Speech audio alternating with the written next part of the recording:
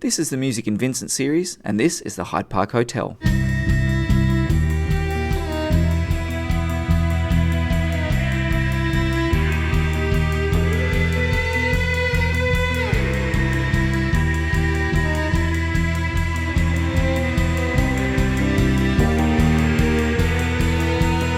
Located on the corner of Bulwer and Fitzgerald Streets in West Perth, the Hyde Park Hotel was bought by the Higgins family in 1979, although the hotel's main room featured a variety of entertainment throughout its decades of operation.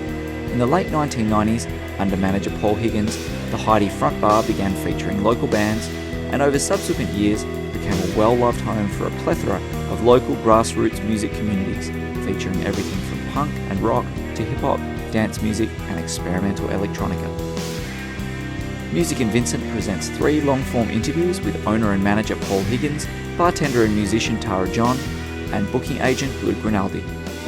What I tried to do is on each night as we went through would be more of a theme night, so people would pretty much know that this is sort of the music that's going to be on Friday night, Saturday night, Sunday night, however the week went through.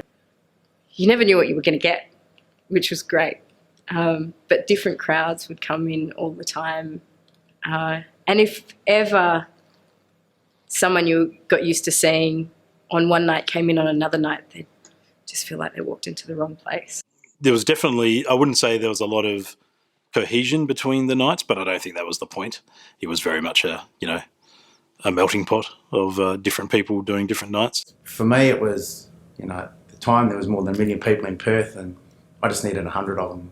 So if we could put some sort of unique style of music that hopefully get 100 people to, then everyone's going to be happy. There were definitely people you'd see every weekend, regardless of what was playing, and they'd pay attention to the bands, but they were more there to play pool and listen to the jukebox. And often you were competing with the jukebox. People would come in and say, oh, the jukebox isn't loud enough, so then it would get cranked and you'd be playing going, what's the point? Bands were always playing on the floor, and that was part of what was so good about it, whatever style.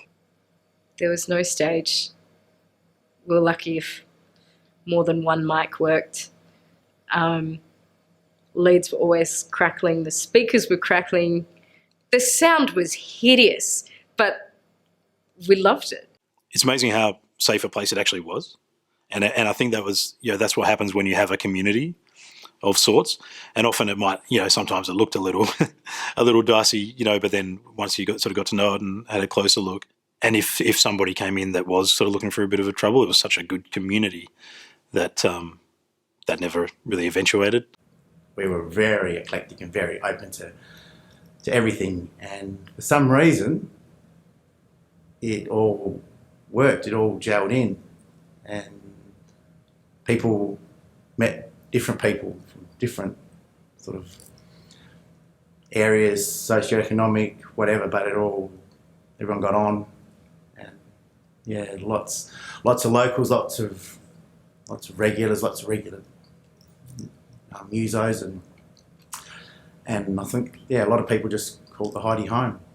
It really was a very unique space that I don't think we've ever had since. And I don't think you could even aim to replicate, because these kind of things happen somewhat by accident. A lot of people felt like it was their second home. And they would refer to it as that, well, what are you going to do this weekend? I don't know, probably just go to the Hyde. Visit the City of Vincent or State Library catalogues to access these interviews about the Hyde Park Hotel, as well as interviews with the people behind 4 other iconic music venues in the Vincent area.